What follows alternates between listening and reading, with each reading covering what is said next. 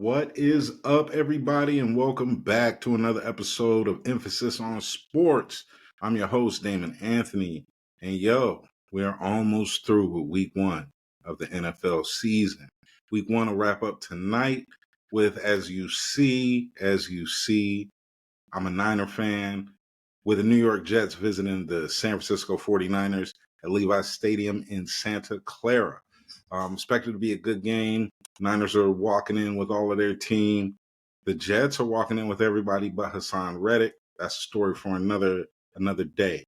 But really looking forward to this first Monday Night Football game of the season. But let's talk about yesterday. There's a lot to unpack, a lot to unravel. Saw a lot of really good things, a lot of really interesting things. Really looked like offense took a bit of a step back overall.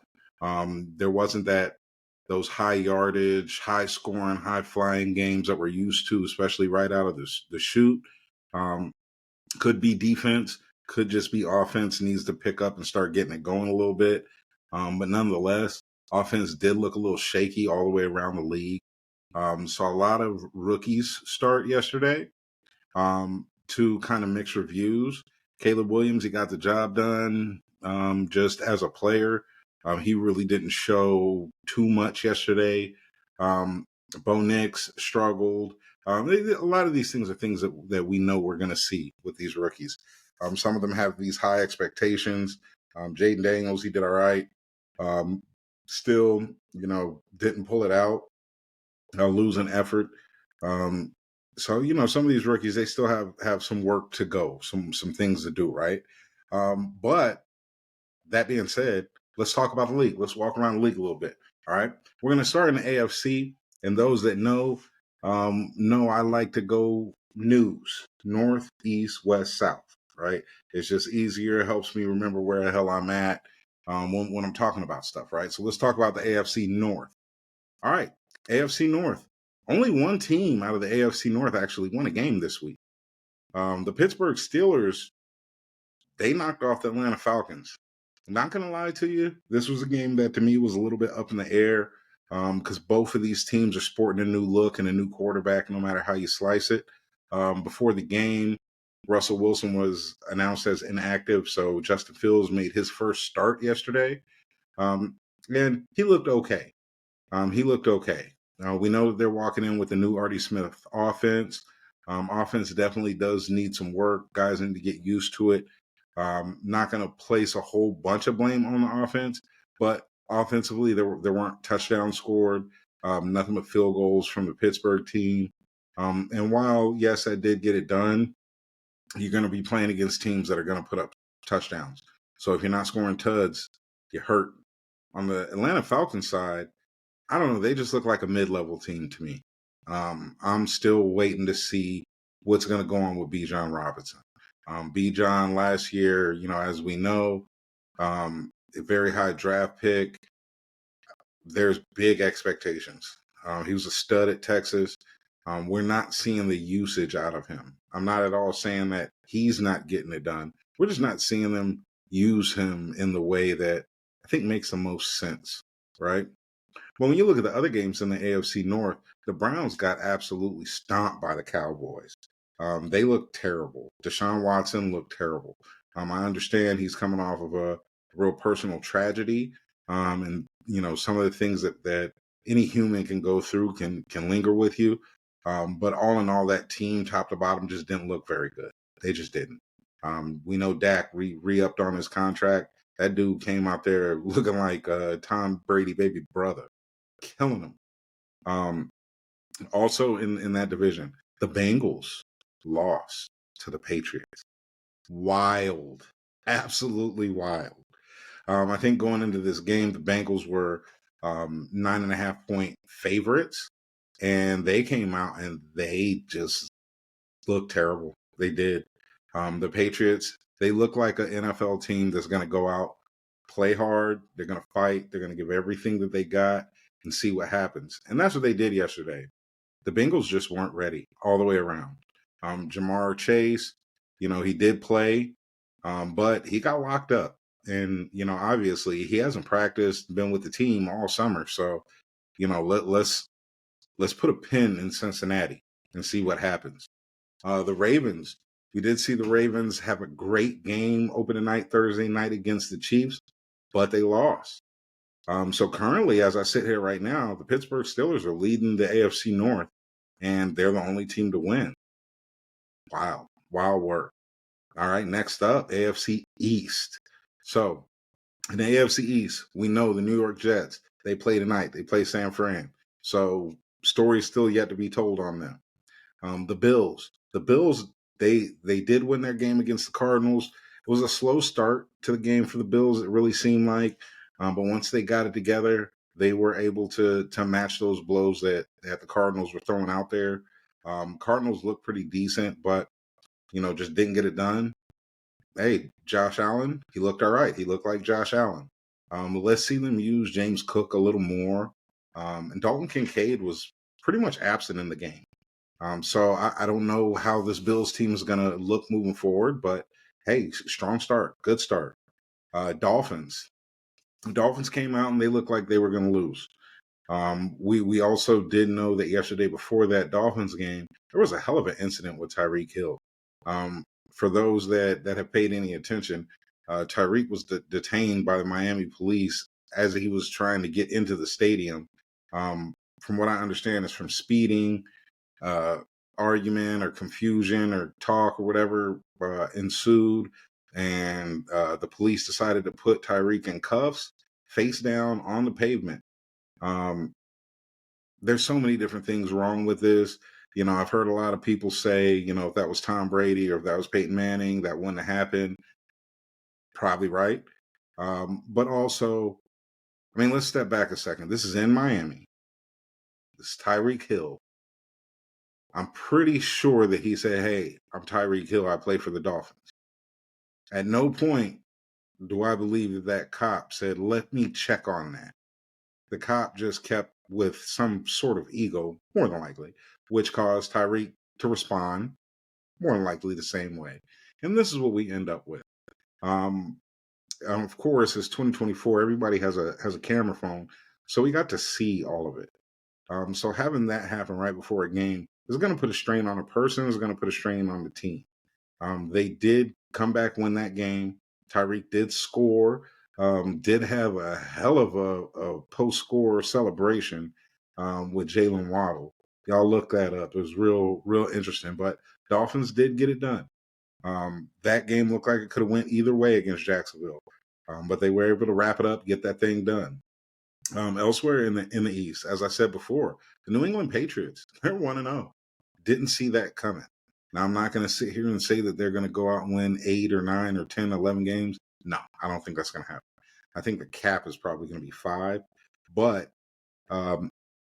anytime a team that's not supposed to be great gets out there and plays hard and gives it its all, tells me that the organization might be going in the right direction.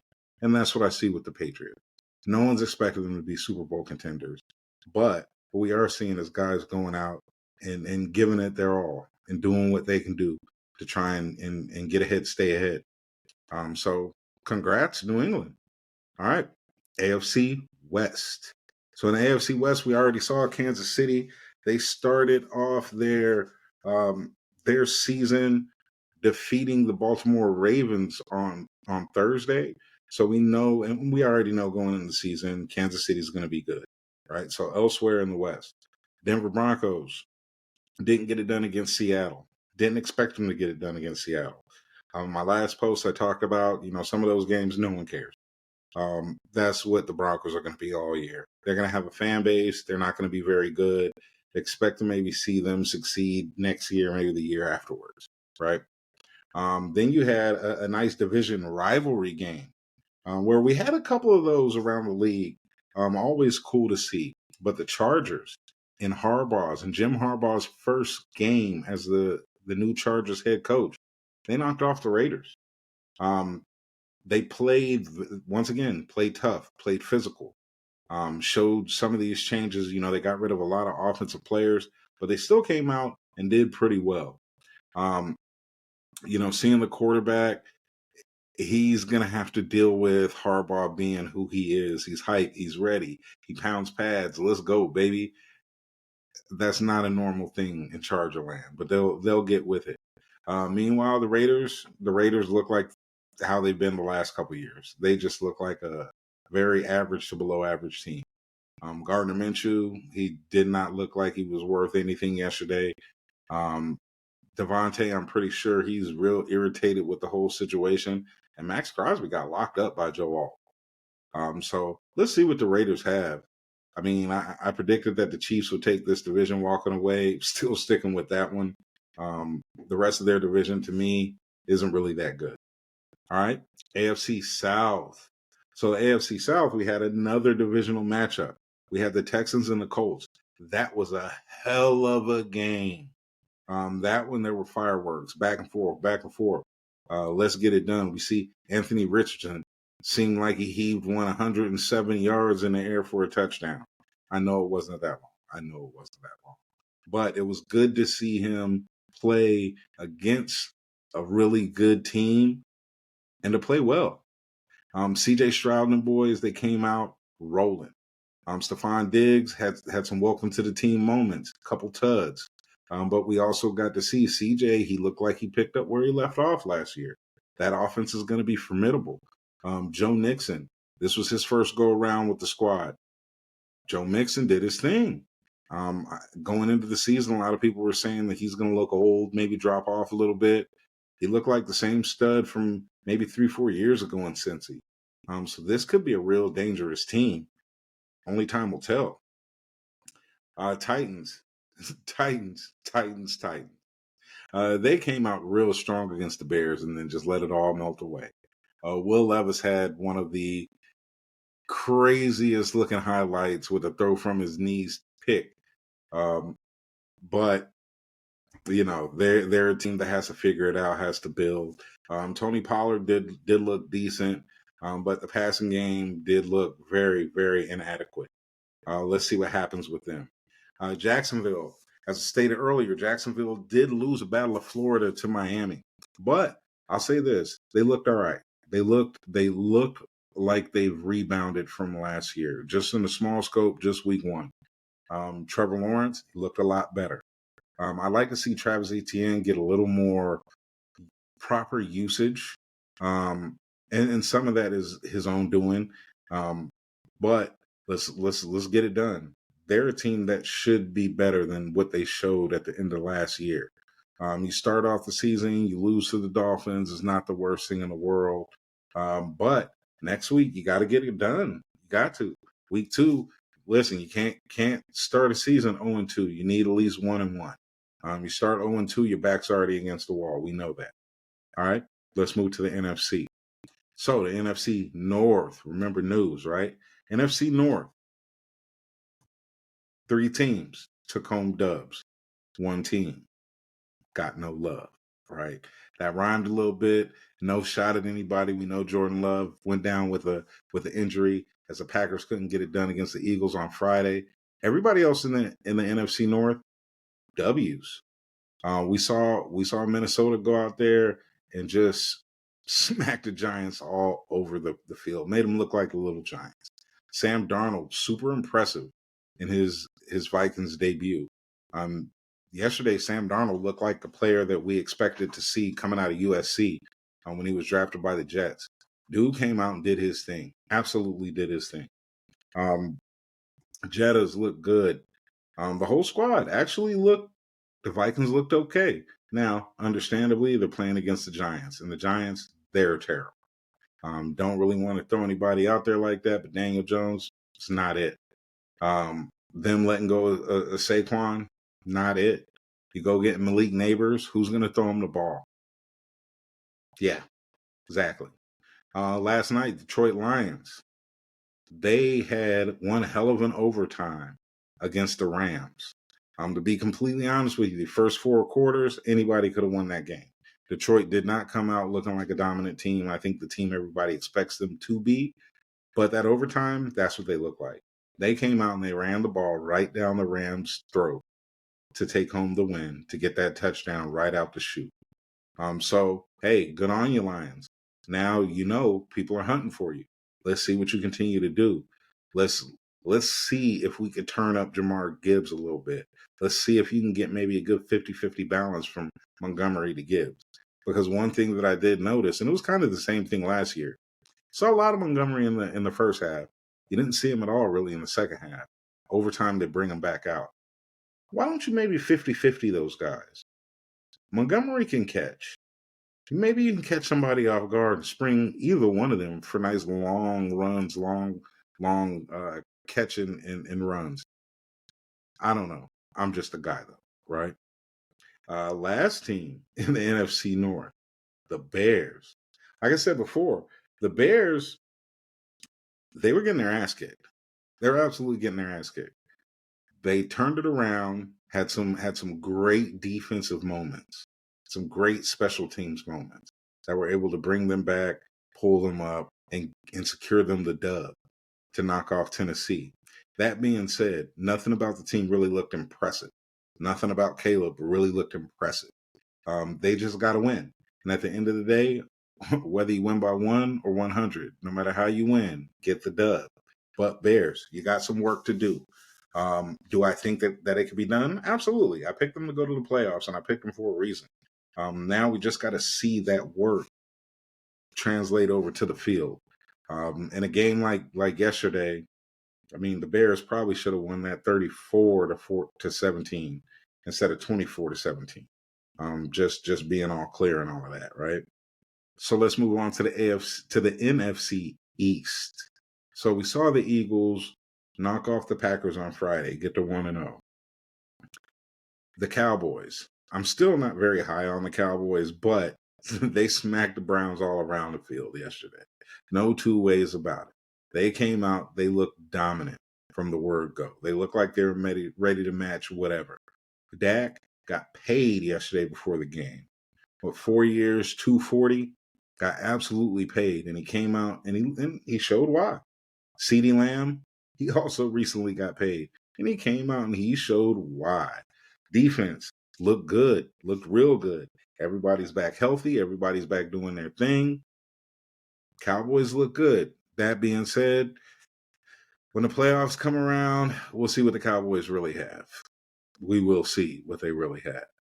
The aforementioned New York Giants, terrible. We'll move on. Washington Commanders, they didn't look horrible, but they also ran up against a Tampa Bay team that is better than I think people are expecting them to be. Tampa's a pretty solid team. Washington, they have a ways to go. They have some work to do. They put up a dub yesterday. They can get better. Maybe they will. But I'm still going to say the Eagles are the top dog in that division. In the West, only team to win yesterday, Seattle. Seattle knocked off Denver. They're supposed to. Denver, new quarterback, a lot of new things going on. Not a very good team. But that being said, Seattle didn't really look that good yesterday. They looked like they just won. Last night, the Rams dropped a dud. They played decent. But the problem with the Rams is when you force the ball to Cooper Kupp as much as you do, you become really one-dimensional. You got Kyren Williams. You have a wide variety of receivers. I understood Nakua got hurt, but remember, you also have Stafford back there, who's one of the last gunslingers. He's going to throw a pick. He's going to throw a bad ball sometimes. It's just who he is. He's going to throw some really good ones also. But Rams couldn't get it done. I'm okay with that. I'm totally okay with that.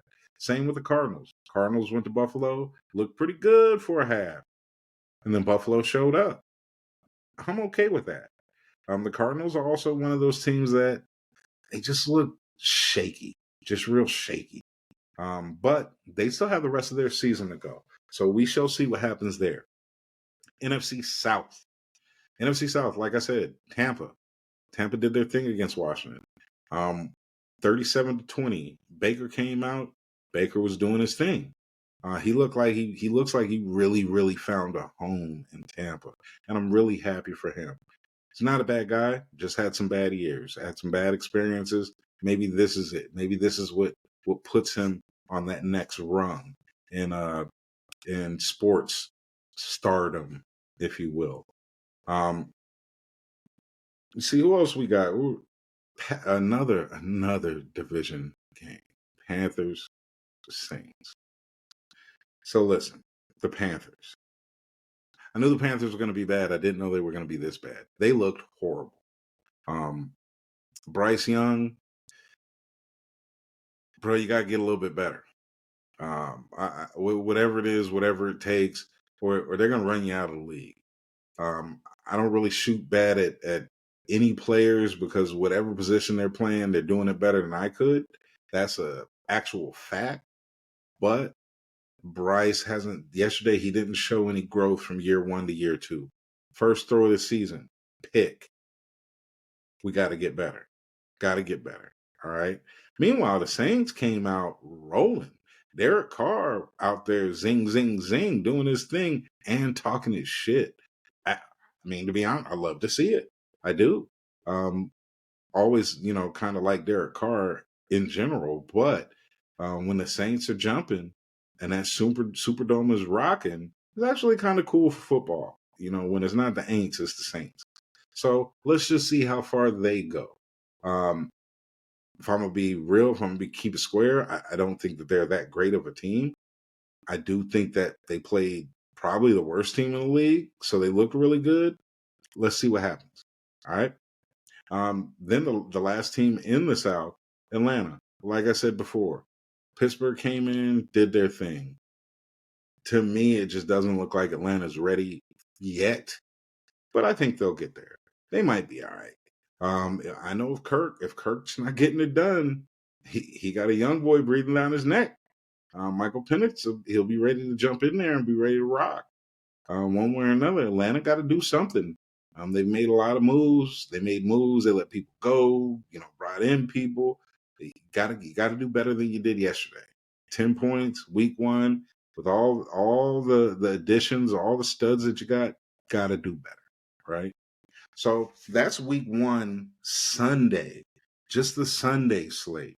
Tonight, we got Niners Jets. That's going to be a huge one. On the Jets side, now we actually get to see what does Aaron Rodgers bring to the table. Last year, man, I had my popcorn ready, had my brew, had everything that I needed. Just like that, Rodgers hurt. Now, he's supposed to be 100% healthy. That team is built around him. Now we're going to see what he has. As far as the Niners, now we get to start the season off against a really strong quote-unquote team that could come in and they could beat us.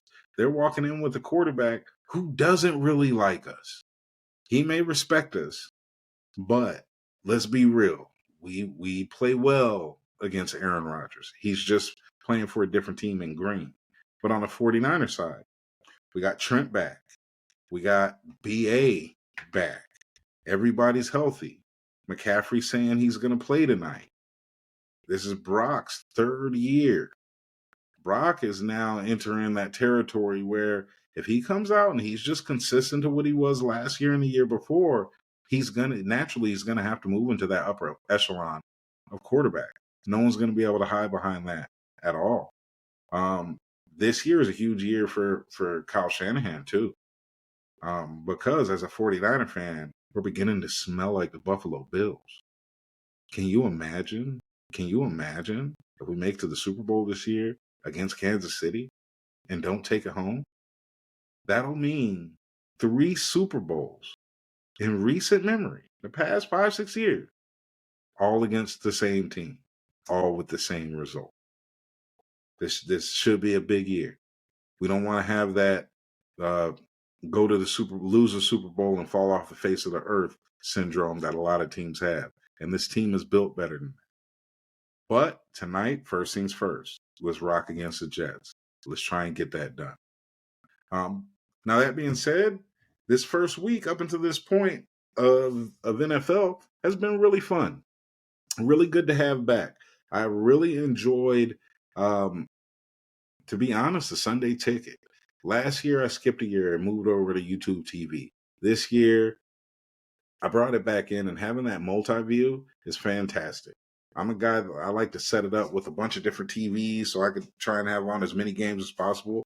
But to be able to only run with a couple TVs and actually have all 8 of the games on that were at 1 o'clock, including have the sound on the red zone and watch that, fantastic for a sports fan. I already know this season is going to be overwhelming. It's going to be a lot. I live in Northeast Ohio, right outside of Cleveland and Westlake. Cleveland is not happy right now. They want better results. They need better results, y'all. It's Cleveland. Y'all don't know. But it's going to be a good season. It's going to be a real interesting one. Stay tuned for how it unfolds, how it unpacks. All right. I know I'm going to talk a lot about football, but I will talk about some other things here or there. Just like in the WNBA, one of the really odd things that I'm seeing going on. Listen, Caitlin Clark, she's damn near an alien. She's ridiculous. She's a stud. Angel Reese, numbers, stud. But the best player in the WNBA is Asia Wilson. Let's not forget that. Let's not act like that's something new. Let's not act like she hasn't proven herself or anything like that. She's the best player in the league. Let's stop the BS. Let's stop trying to pat everybody on their back. There's nothing wrong with saying that somebody not named Caitlin Clark is the best player in the league. There's no funny business. There's nothing crazy. There's nothing anything like that, right? It's to me, it's very similar to when to say Kobe and LeBron, right? So, LeBron comes in the league and he's great. He's great. Kobe was the best player in the league. Let's not act like he wasn't. Bron racked up numbers. Bron was second best player in the league. Kobe was the best player in the league. So the years that Steph and LeBron were playing in the finals, Steph was the best player in the league. That's all there is to it. That's all there is to it. Bron was great. There's nothing wrong with being the second best player in the league in the world. There's nothing wrong with that. But in those times, somebody else was the best. If we're going to call it how we see it, especially in the WNBA, where be accurate with what you're saying. Don't try and talk in circles and talk crazy and all that. Asia Wilson is the best player in the WNBA. Period. Period. Caitlin Clark is a stud. And from everything that I'm seeing, she's going to get there. She's going to end up taking the crown and being the best player as long as she stays healthy. But currently, as I sit here right now, it's Asia. Period. And she's a star. So big shout out to the WNBA, number one, for just being part of the sports landscape as heavy as you are. Even when it's not about Caitlin Clark and Angel Reese and Asia Wilson, still pushing the buttons and getting that exposure and getting just guys like me to talk about football and then the WNBA. Because it is sweet. Really love seeing it. Great sport and just great stories. Whole great thing this year. Really love it. All right. So look, I'm gonna catch y'all another time. It is getting close to being game time. The sun is out, so that means I can still kick it a little bit. Got to make some good food, crack a few brews, and get ready for the Niners and the Jets. Peace out, y'all. Be good or be good at it. Until next time, I'll holler.